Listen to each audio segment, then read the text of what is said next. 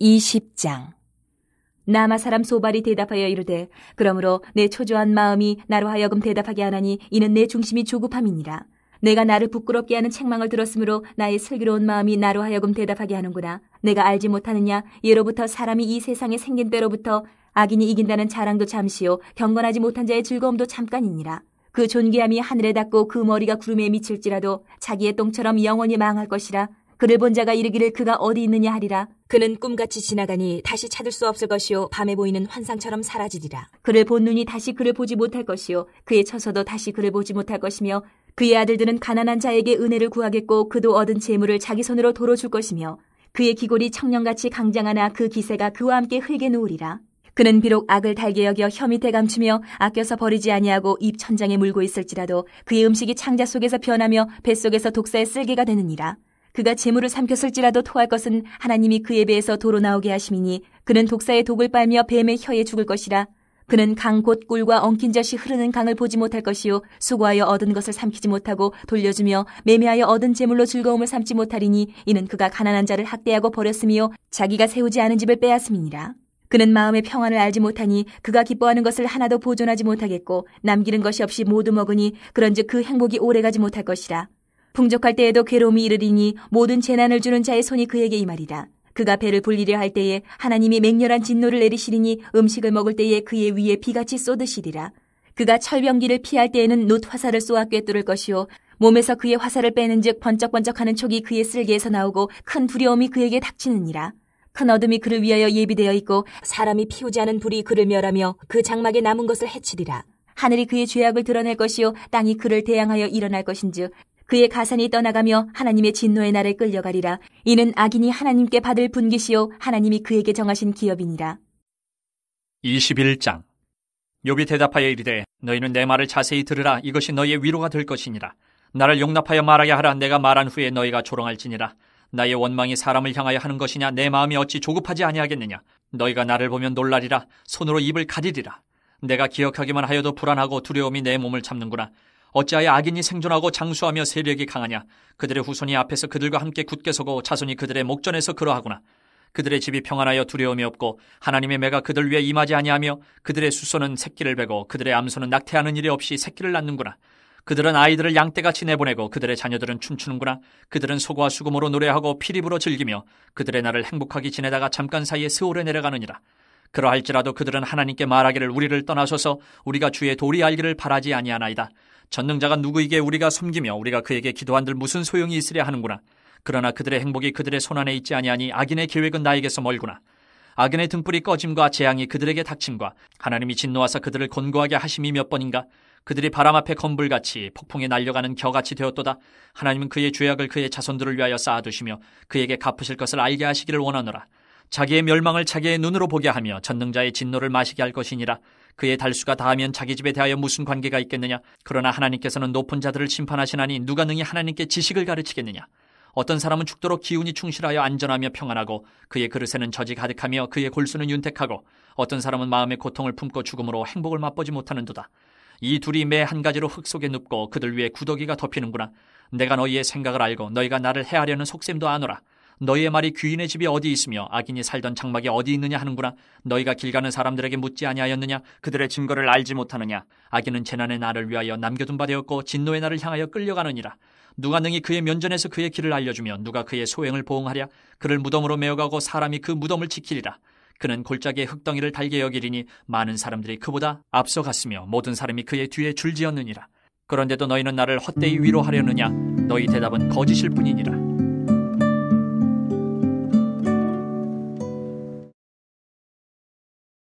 욥의 말을 듣다 못해 이제 세 번째 친구인 소발도 두 번째 논쟁에 다시 뛰어듭니다. 욥의 말을 그냥 듣고 있자니 답답해서 도저히 견딜 수가 없었던 것입니다. 그러므로 내 초조한 마음이 나로 하여금 대답하게 하나니 이는 내 중심이 조급함이니라. 자신을 모욕하는 말에 지혜로운 답변을 주어야 한다는 압박감이 들었던 것입니다. 소발은 역사상 존재했던 모든 세대들의 경험을 근거로 악인의 형통함은 잠깐이며 결국은 멸망한다는 논리를 욥에게 전개합니다.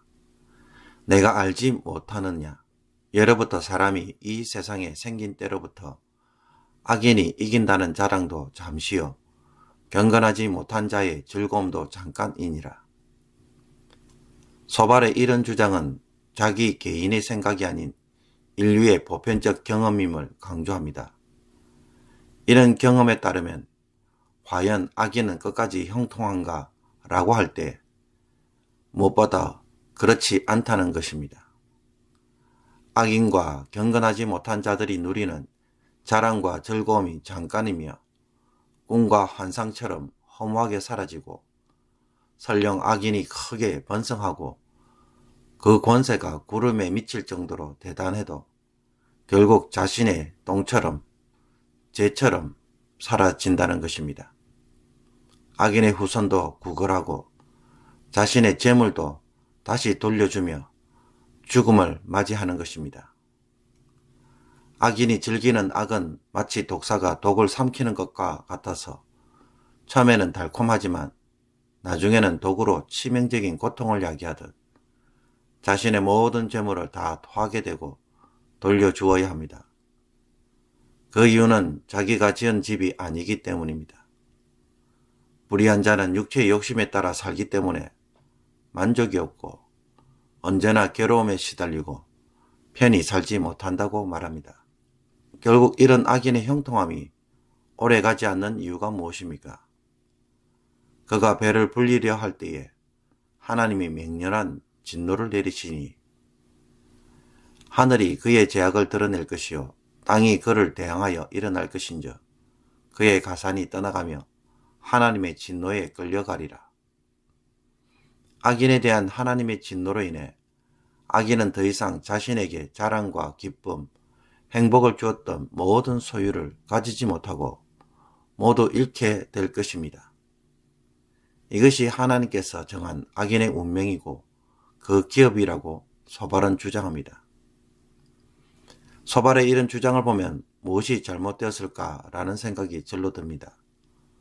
4절에서 언급한 것처럼 우리 모두가 그렇게 보편적으로 믿고 있으며 실제로 이렇게 되어야 합니다. 우리의 삶에 악인이 영원토록 형통하며 악인에 대한 하나님의 진노의 심판이 없다면 도대체 누가 의롭고 경건하게 살려고 하겠습니까? 또 악이 정당화되는 그런 세상이라고 한다면 과연 사람이 살 수 있을까요?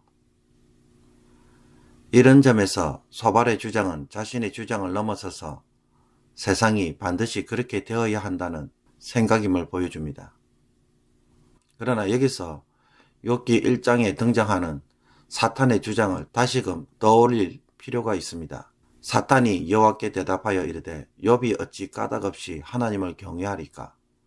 주께서 그와 그의 집과 그의 모든 소유물을 울타리로 두르심 때문이 아니니까. 주께서 그의 손으로 하는 바를 복되게 하사 그의 소유물이 땅에 넘치게 하셨음이니이다. 사탄은 욥이 하나님을 경외하는 이유는 순전히 복 때문이라고 말합니다. 즉 선을 행함으로 주어지는 보상의 논리로 신앙생활을 한다는 것입니다. 이와 반대로 악을 행하지 않는 이유도 마찬가지입니다. 처벌이 주어지니까 그렇게 하지 않는다는 것입니다. 그러므로 욥의 친구들이 욥에게 인과응보론에 따라서 행동할 것을 요구하는 것은 누구의 주장과 비슷합니까? 욥에 대한 사탄의 정죄와 동일합니다. 복과 저주에 기초한 신앙생활, 인과응보론에 기초한 신앙생활입니다. 그렇다면 인과응보론이 잘못된 것입니까? 아닙니다. 인과응보론은 있어야 합니다. 그러나 여기에만 기초한 신앙생활이라고 한다면 어떻게 됩니까? 이것이 흔들릴 때 신앙도 함께 흔들린다는 것입니다. 인과응보론에 기초하고 있지만 그러나 우리의 신앙은 하나님을 경외하는 삶 위에 있으며 그 하나님을 경외하는 삶은 때로는 어려운 고난도 주어질 수 있다라는 것입니다.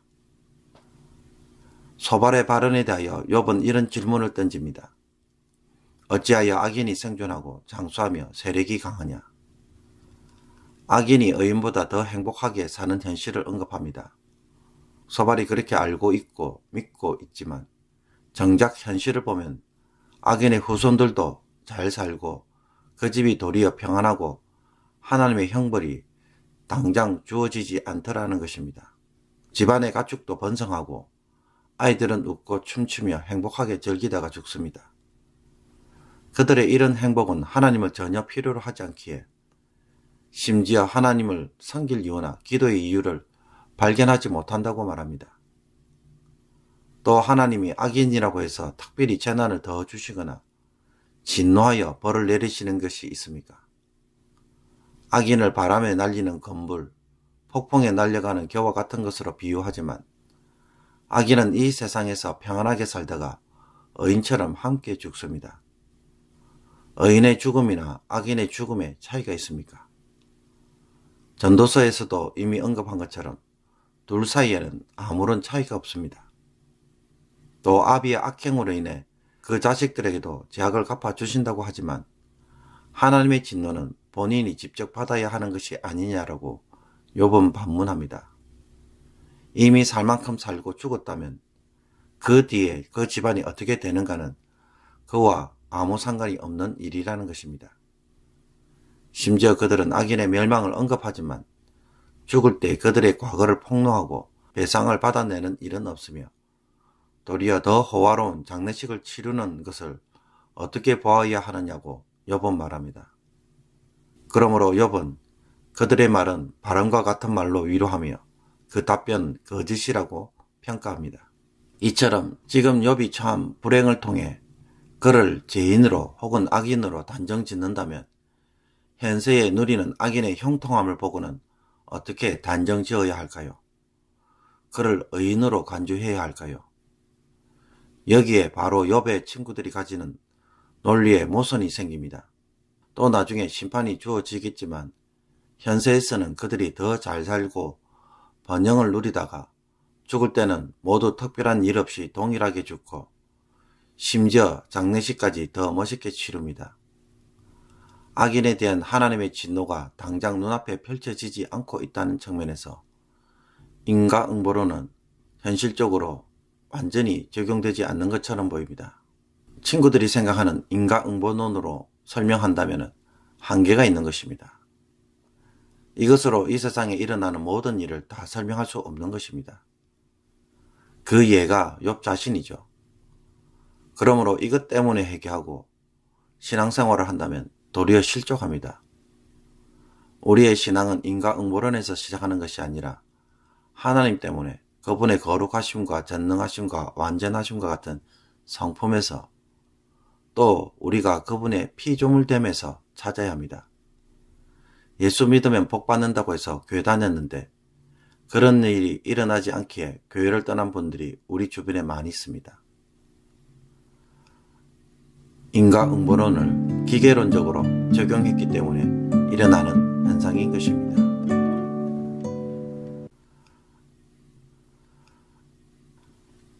오늘의 묵상 본문은 욥기 20장 1절에서 11절 말씀입니다. 여기에서 소발은 악인의 형통함이 오래가지 못한다는 사실을 강조합니다. 악인에게는 영원한 것이 아무것도 없는 것입니다. 5절에 악인의 자랑도 잠시이고 경건하지 못한 자의 즐거움도 잠깐이라고 말합니다.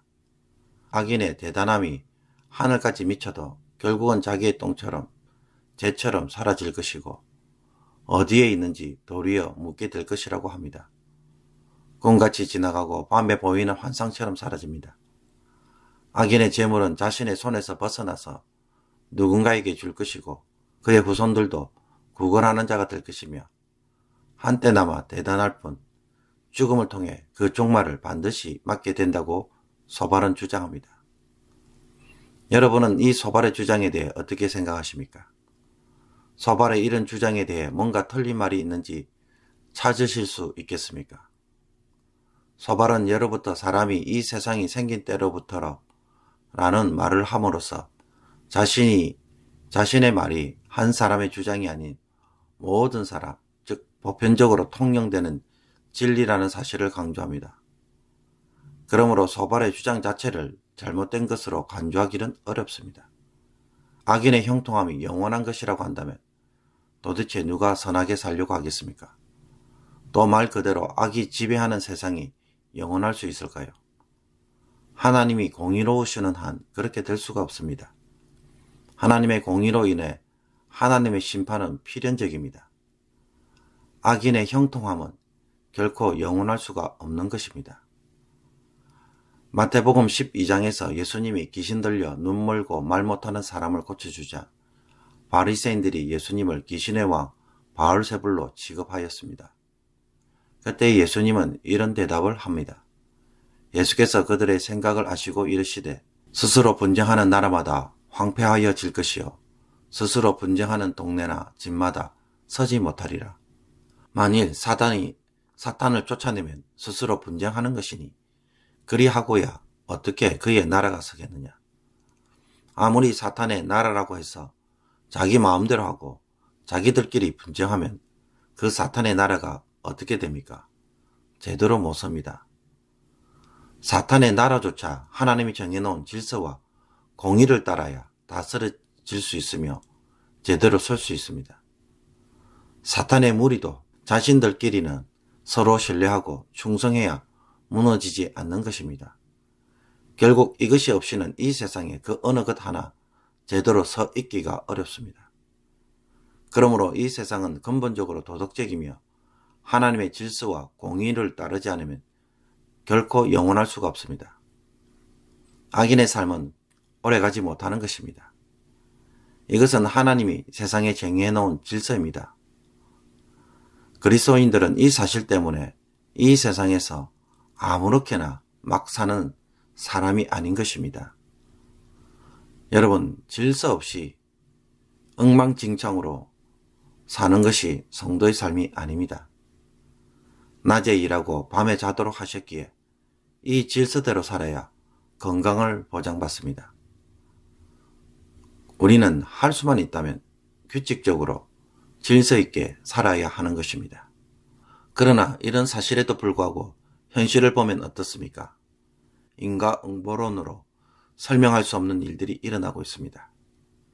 이것은 마치 정부가 도로교통법을 만들었기에 이제부터는 모든 도로에서 모든 차량들을 통제하고 바르게 질서를 잡을 것처럼 보이지만 정작 현실은 어떻습니까? 카메라도 달고 경찰들이 돌아다니고 단속을 해도 여전히 무슨 일이 일어납니까? 법을 어기는 자들이 있고 요리조리 피해 다니면서 걸리지 않고 벌금을 물어도 전혀 나빠하지 않는 사람들이 여전히 많다는 것입니다. 그러면 도로교통법이 무기력한 것인가요? 잘못된 것인가요? 법을 집행하는 사람들이 무능하거나 부족해서 일어난 일들입니까? 그렇다면 인공위성으로 모든 사람들을 감시하고 처벌하면 되는 일인가요? 여러분은 하나님이 이렇게 해주시기를 원하십니까? 어느 날 주차 금지 구역에 어떤 차가 주차를 하고 있습니다. 알고 보니 다친 사람을 옮기기 위해 응급차가 서 있습니다. 법을 어겼으니 당장 처리해야만 할까요? 인과응보론으로 처리해야 한다면 응급차도 벌금을 물어야 합니다. 아마 단속 카메라로만 가지고 판단한다면 그 기계는 무조건 주차 위반으로 티켓을 발급했을 것입니다. 그러나 사람이 보았다면 그렇게 하지 않았을 것입니다. 인과응보론을 우리의 관점에서 보면 이렇게 해야 한다고 생각하지만 하나님의 관점에서 본다면 다르게 평가하고 다르게 일하시고 다르게 진행하시는 일들이 많이 있습니다. 때론 한 번만에 단속하지 않고 여러 번 보신 후에 할 때도 있습니다. 그럴 때 우리는 이해가 되지 않는다고 항의하지만 하나님은 악을 선으로 바꾸어 놓으실 수 있기에 그 어떤 일도 모순을 일으키고 문제가 되는 일은 없습니다. 인과응보론이 세상의 기본 질서이지만 하나님은 우리의 방식과는 다르게 하나님의 지혜로 그 일을 이루어 가시는 것을 우리가 볼 수 있어야 한다는 말입니다. 아담과 하와가 범죄했을 때 죽을 것이라고 했지만 당장 죽이지 않으셨습니다. 우리가 범죄했을 때에 하나님은 그 어떤 용서 없이 인류를 당장 지옥으로 보내시는 것이 인과응보의 원리입니다. 그러나 하나님은 우리를 사랑하시고 구원하시는 일을 먼저 하셔서 살리는 일을 하셨습니다. 그렇다면 인과응보의 원리를 하나님 스스로 무시하는 것입니까? 그렇지 않습니다. 인과응보의 결과를 맞이하지 않도록 하시기 위해서 행하신 은혜이기 때문입니다. 또 이 은혜에도 불구하고 불순종하는 자들에게는 인과응보에 따라 심판하십니다. 그러므로 하나님이 하시는 일은 참으로 신비롭고 우리의 이해를 넘어섭니다. 우리가 감히 판단할 수가 없는 것입니다. 내가 생각하는 인과응보론에 따라 판단하고 행동한다면 반드시 스스로 실족하게 만듭니다. 우리는 하나님의 기쁘신 생각을 다 모릅니다. 알아도 어떻게 할 수가 없고 알아도 또 이해의 한계로 끝없이 의문만 던질 뿐입니다. 이 속에서 우리가 해야 할 일은 하나님의 선하심을 믿고 나를 사랑하심을 믿고 신뢰하며 순종하는 것뿐입니다. 이것이 하나님이 우리에게 요구하시는 믿음이기도 합니다. 왜 예수 믿는 나에게 이런 일이 일어날까? 라고 의문을 던지기보다는 어떤 상황에서도 늘 한결같이 하나님을 신뢰하고 순종해 나갈 때에 그 속에서 성도의 기쁨이 있고 시험에 빠지지 않고 하나님의 인과응보의 원리에 대해 우리는 더 깊은 신뢰를 하게 될 것입니다. 또 그 결과를 언젠가는 체험하게 될 것입니다. 그렇다면 오늘은 어떤 상황에서도 감사하고 끝까지 하나님을 신뢰하고 순종할 수 있는 성도님들이 되시기를 주님의 이름으로 축복합니다. 기도드리겠습니다. 하나님 아버지, 우리의 삶에 일어나는 수많은 일들을 우리는 제대로 이해하지 못합니다. 내가 이해하지 못하기에 하나님을 원망하는 자들이 아니라 하나님의 선하심을 믿기에 어떤 상황에서도 끝까지 순종하는 자들이 되게 하여 주옵소서. 악인의 형통함에 상처받지 않게 하시고 의인의 고난에 시험에 빠지지 않게 하시며 나의 의로움에 내 스스로 실족하는 일을 하지 않게 하여 주옵소서. 하나님의 공의가 하나님의 판단과 뜻 가운데 진행되는 것을 오늘도 인정하게 하여 주셔서 하나님이 행하시는 인과응보에 따라 순종하게 하여 주옵소서. 나의 어리석은 판단으로 성급한 판단으로 입술의 죄를 범하는 일을 하지 않게 하여 주옵시고 주일을 보내고 세상에서 시작하는 이 하루가 어떤 상황에서도 감사와 순종으로 시작하는 귀한 날 되게 하여 주옵소서. 모든 것이 합력하여 선을 이루시는 하나님의 놀라운 은혜에 오늘도 우리가 기꺼이 헌신하며 기쁨으로 순종하는 복된 날 되게 하여 주옵소서.